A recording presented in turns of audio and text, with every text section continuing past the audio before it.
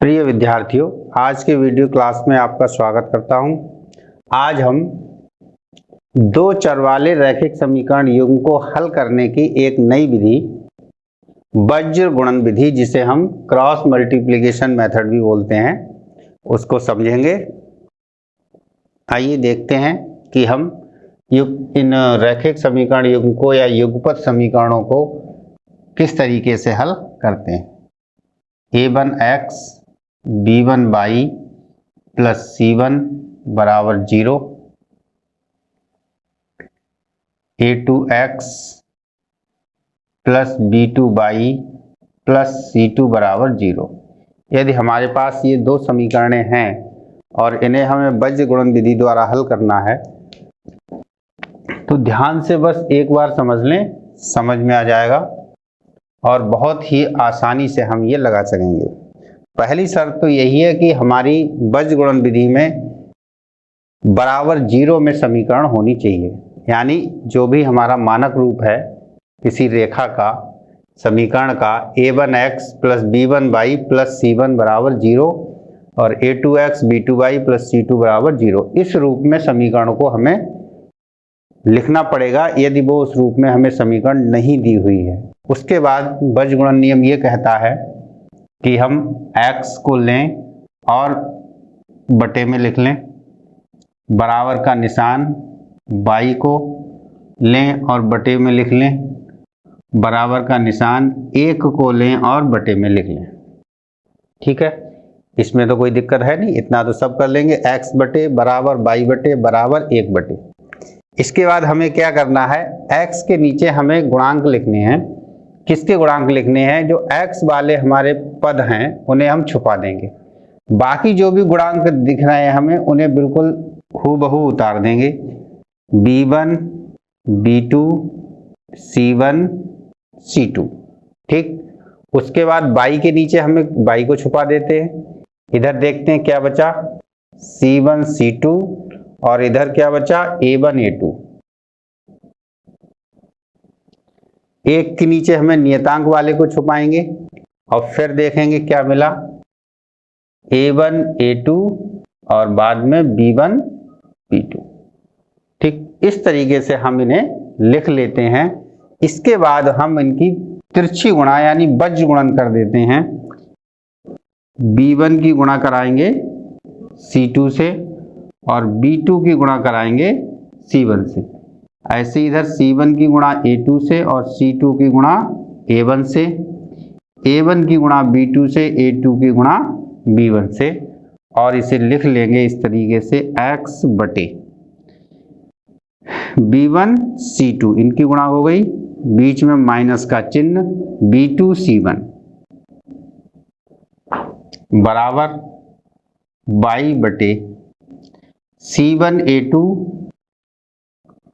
Minus c2 a1, 1 बटे a1 b2 minus b2 a1। ठीक, ये चीजें हमें मिल गई। अब प्रथम x का मान यदि हमें निकालना है तो पहला पद और ये नियतांक वाला पद को बराबर कर देते हैं। तो x के लिए यदि हमें x का मान निकालना है तो x के लिए क्या करेंगे, x बटे b1 c2 minus b2 c1 को नियतांक के बराबर रख लेंगे, 1 बटे a1 b2 minus b2 a1। अब यहाँ से x बराबर निकालेंगे, ये चीज भाग में है तो ये क्या आ जाएगी, ऊपर गुणा में, यानी x बराबर आ जाएगा b1 c2 minus b2 c1 बटे a1 b2 minus b2 a1। ठीक, इसी तरीके से यदि हमें y निकालना है y के लिए तो ये दोनों पद बराबर कर देंगे। y के लिए तो हम क्या लिखेंगे, y बटे c1 a2 minus c2 a1 बराबर 1 बटे a1 b2 माइनस b2, गलत हो गया भाई, क्या हुआ यहाँ देखो, ये गलत हो गया, a1 b2 minus a2 b1, a2 b1। ठीक, तो यहाँ आएगा A2B1, यानी y बराबर हमारे पास आ गया C1A2 माइनस C2A1 बटे A1B2 माइनस A2B1। तो इस तरीके से हमने x और y के मान ज्ञात कर लिए। यही हमारा बीजगुणन है और कुछ नहीं है। ठीक, अब मेन मुख्य पद ये है, इसे हमें लिखना आना चाहिए। तो इसे लिखने के लिए कहाँ से शुरू करेंगे? B1 से शुरू करेंगे। B1 B2 C1 C2, B के बाद क्या आएगा? C, और C के बाद क्या आएगा? फिर रिपीट होगा। इस तरीके से ये साइकिल हो गया A B C। Starting point हमारा क्या है? B है, यानी B1 B2 फिर C1 C2। अगले पद में फिर यहीं से शुरू हो जाएगा C1 C2 A1 A2, फिर अगले पद में यहीं से शुरू हो जाएगा A1 A2 और B1 B2। ठीक है, यानी हम बिना देखे भी इन चीजों को लिख सकते हैं। कैसे लिख सकते हैं देखें। समीकरण को भी हम नहीं देखेंगे और जो अपना पहला पद है उसे बहुत आसानी से सिर्फ इस चित्र के माध्यम से लिख लेंगे। x के बटे में क्या आएगा? b, यानी B1 B2 और अगला क्या है? C1 C2। y के बटे में क्या आएगा? यहाँ C1 पे खत्म हुए तो C1 से ही शुरू होंगे, C1 C2 और C1 के बाद क्या आएगा? फिर हम A पर पहुंच जाएंगे A1 A2। अब ये A1 पे खत्म हुआ तो हम A1 से ही शुरू कर देंगे, A1 A2 और A के बाद क्या आता है? B B1 B2। बिल्कुल वही चीजें हमारी आ जाएगी। अब इतना हमें याद रखना है कि जब मान रखेंगे इसके तो पहला x का गुणांक हमारा क्या होता है? x का गुणांक A1 होता है, y का गुणांक B1 होता है और नियतांक C1 होता है। तो इतनी चीजें दिमाग में रहेंगी तो हम इसे आसानी से कर लेंगे। अब आइए इसे समझते हैं एक उदाहरण के माध्यम से। आपकी बुक से ही हम एक उदाहरण ले लेते हैं और फिर इसे समझते हैं।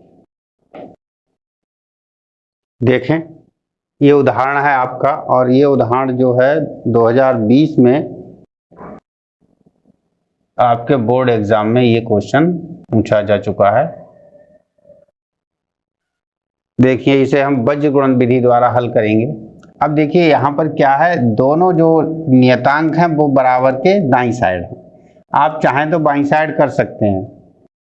प्रश्न में नियतांक या तो दोनों दाईं तरफ होने चाहिए या दोनों बाईं तरफ होने चाहिए। ऐसा नहीं है कि एक समीकरण में नियतांक दाईं तरफ है और दूसरी समीकरण में नियतांक बाईं तरफ है, तो प्रश्न हमारा गलत हो जाएगा।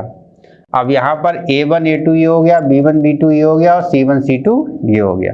यानी अगर हम लिखना चाहें मान अलग से, A1 बराबर 2, A2 बराबर 6, B1 बराबर 3, B2 बराबर 5 और C1 बराबर 7, C2 बराबर 11। बीजगुणन विधि द्वारा, बीजगुणन विधि द्वारा x बटे क्या होगा? कहाँ से शुरू करते हैं हम? B1 से। यदि हम लिखना चाहें लिख लें B1 B2 और C1 C2 y बटे C1 C2 और A1 A2, नियतांक 1 बटे A1 A2 B1 B2। यानी जो साइकिल बताई थी उसी हिसाब से आपको चलना है। A B C, A के बाद B, B के बाद C, C के बाद A, और शुरू कहाँ से करना है? B से करना है। तो इसी की हेल्प से हमने इसको लिख लिया। अब जो मान है इसके वो लगा दीजिए। x बटे A1 की जगह है 2 और A2 की जगह है, सॉरी A1 नहीं, B1 B2 लगाने पड़ेंगे पहले, यानी 3 और 5 और 7 और 11। y के नीचे 7 11 2 6 और 1 के नीचे 2 6 3 5। ठीक, ये लग गए, बहुत आसान चीज हो गई। अब देखें x बटे, अब बीजगुणन करा लें, तिरछी गुणा करानी, इसकी गुणा इससे करानी है, ये नियम है। 11 3 3 और 11 गुणा 11 3 33 माइनस 5 7 35 22/7 छंग 42 माइनस 11 दूनी 22, इसकी इससे गुणा इसकी इससे गुणा बराबर 1/2 पंजे 10 माइनस 6 तियां 18। ठीक, देखिए क्या चीजें बन गई हमारे पास। x बटे कितना आ गया, घटाओ 33 में से 35 घटाएंगे तो क्या बचेगा, माइनस का 2 बचेगा। 22/42 माइनस 22, 2 में से 2 घटाए 0, 4 में से 2 घटाए 2, तो 22/20। और इधर 1/10 में से 18 घटाएंगे तो 1/-8 बचेंगे। देखिए कितना सरल हो गया, बहुत कठिन लग रहा था, लेकिन इसकी हेल्प से हमने अपना नियम लिखा और a1 a2 के मान पहले ही हमने नोट कर लिए थे, वो लगा लिए, बज्रगुणन कर दिया। अब पहला पद और अंतिम पद लेंगे x के लिए। तो x के लिए हम क्या क्या कर सकते हैं, x बटे -2 बराबर 1/-8। ये -2 भाग में है, इधर लाएंगे तो ऊपर गुणा में आ जाएगा, यानी -2/-8। -2 की और 1 की गुणा करा दी तो -2 आ गया, बटे में -8, माइनस से माइनस कट गया, 2 एकम 2, 2 चौक 8, 1/4। बाई के लिए सेम कंडीशन बाई के लिए होगी। जो बाई वाला पद है उसे हम नियतांक के बराबर रख देंगे, 22/20 बराबर 1/-8। 20 भाग में, इधर गुणा में आ जाएगा, 20/-8, 20 एकम 20। अब 4 दूनी 8, 4 पंजे 20, तो माइनस का कितना बचा, एक चिन्ह माइनस है तो -5/2। तो बाई का मान कितना आ गया, -5/2। यानी अतः x बराबर 1/4, y बराबर -5/2, यही आपका आंसर। ठीक है, तो इस तरीके से हम वज्र गुणन विधि द्वारा प्रश्नों को हल कर लेते हैं। उम्मीद करते हैं इस एक उदाहरण के द्वारा आपको वज्र गुणन समझ में आ गया होगा।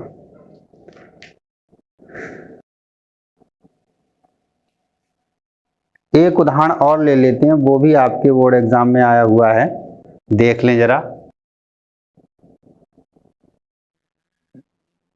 देखें, दूसरा उदाहरण हमने लिया है ये। इस उदाहरण में आपको ये प्रश्न दिया हुआ, देखने से बड़ा कठिन सा प्रतीत हो रहा है। उन्होंने कहा इसे हल कीजिए, यानी x और y के मान हमें बताने।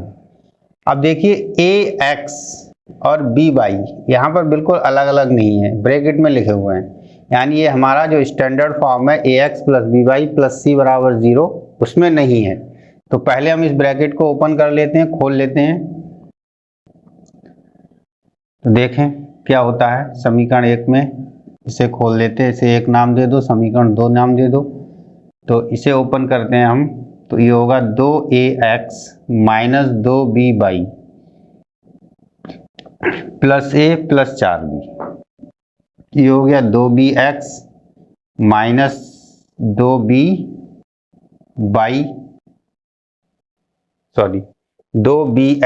2ay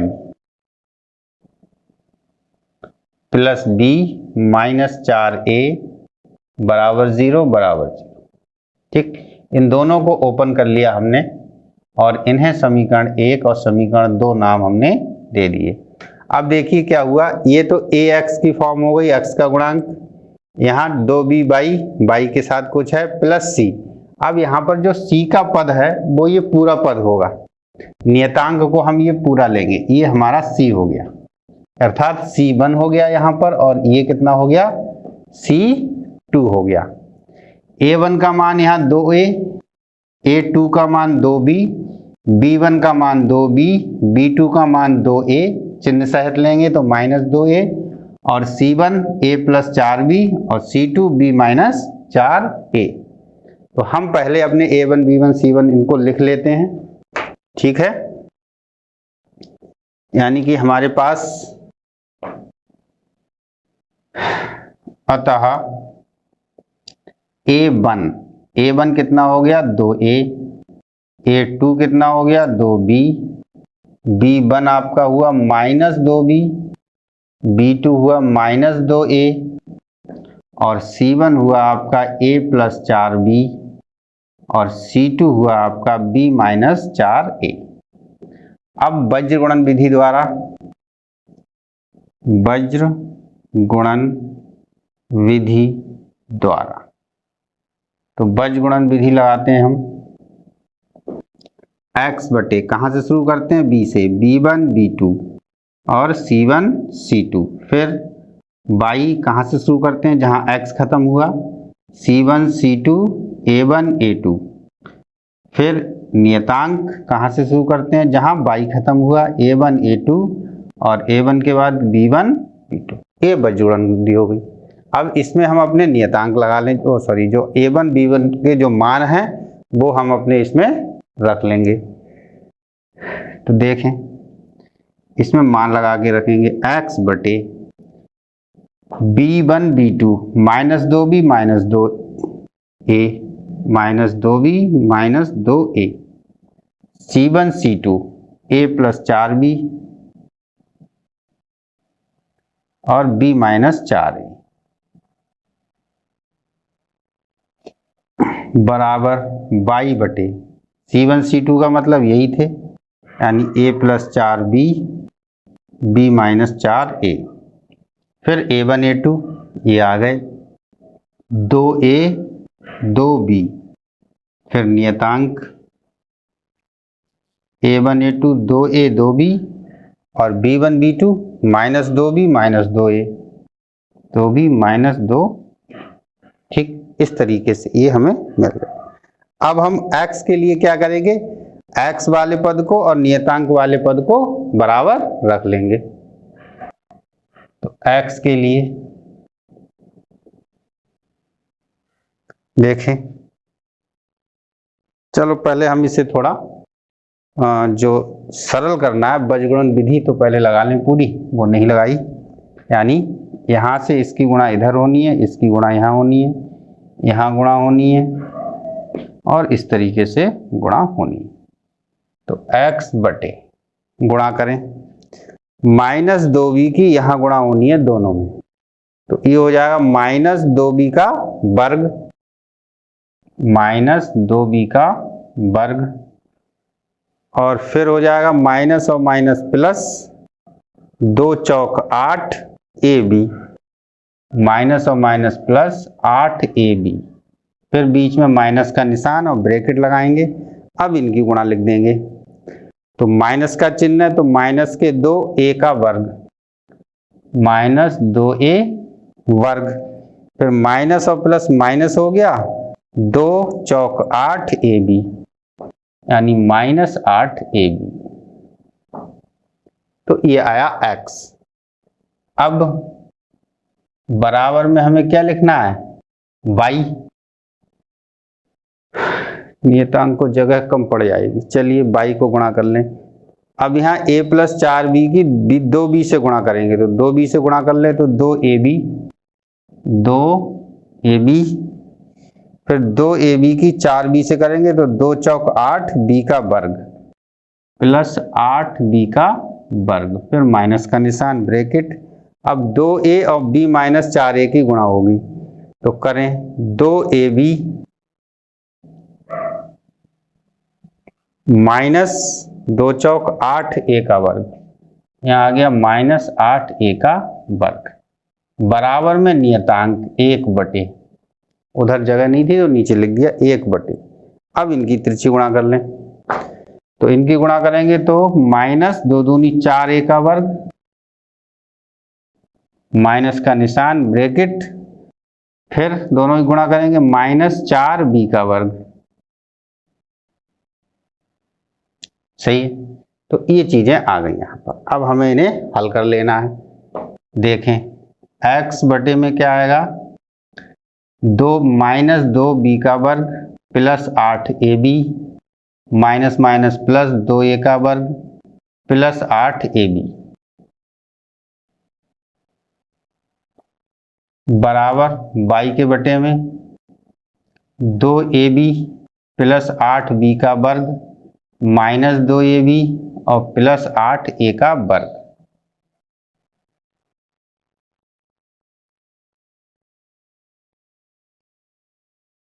ठीक, ये आ गया। और 1 बटे इस वाले में -4a का वर्ग माइनस माइनस प्लस 4b का वर्ग। ठीक, तो ये हल होके ये स्टेप आपके पास आ गई। अब देखें हल करें इसमें से x बटे 2a का वर्ग माइनस 2b का वर्ग और प्लस 8 और 8 16ab। ठीक, 2a का वर्ग और 2b का वर्ग माइनस माइनस 16ab। इसी तरीके से यहां y के नीचे देखें, माइनस के 2ab प्लस के 2ab कट जाएंगे, 8b का वर्ग प्लस 8a का वर्ग बराबर 1 बटे, यहां आ गया -4a का वर्ग प्लस 4b का वर्ग। ठीक, इस तरीके से ये आपके पास चीजें आ गई।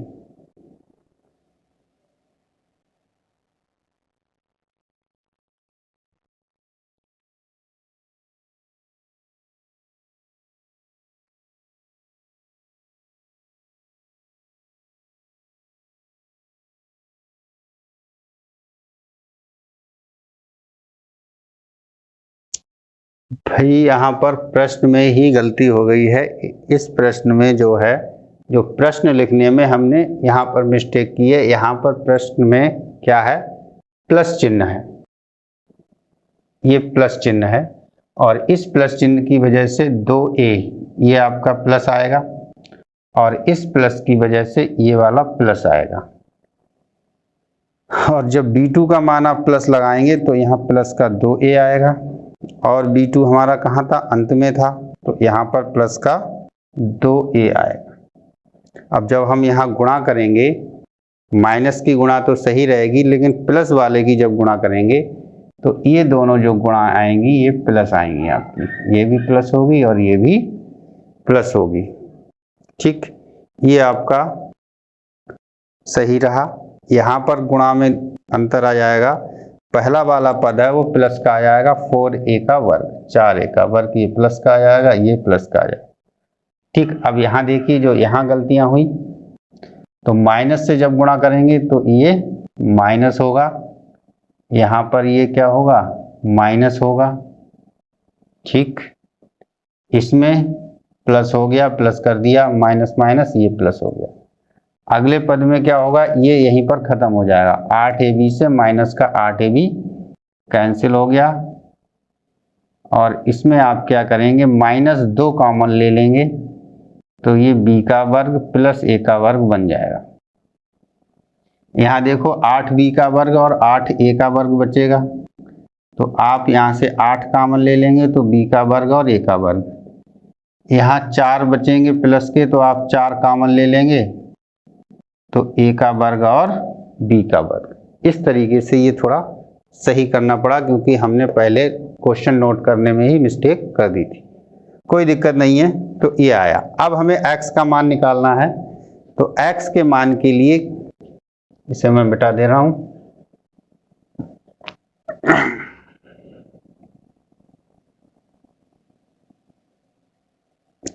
x के मान के लिए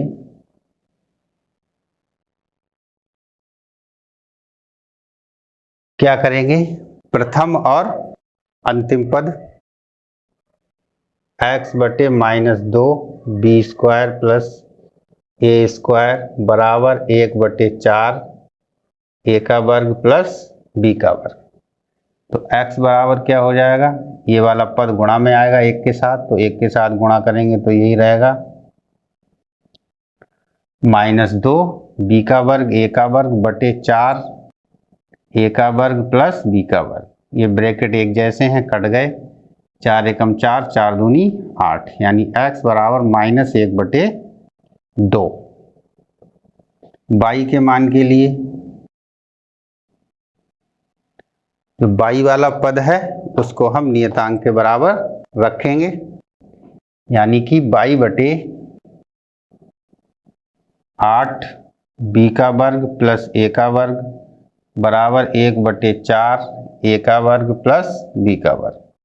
तो y बराबर 8, इसकी 1 से गुणा हो जाएगी, 8 b का वर्ग प्लस a का वर्ग बटे 4 a का वर्ग प्लस b का वर्ग। ब्रैकेट हमारे समान हो गए, चाहे a का वर्ग प्लस b वर्ग लिख लो या b वर्ग a वर्ग लिख लो, एक ही बात होती है।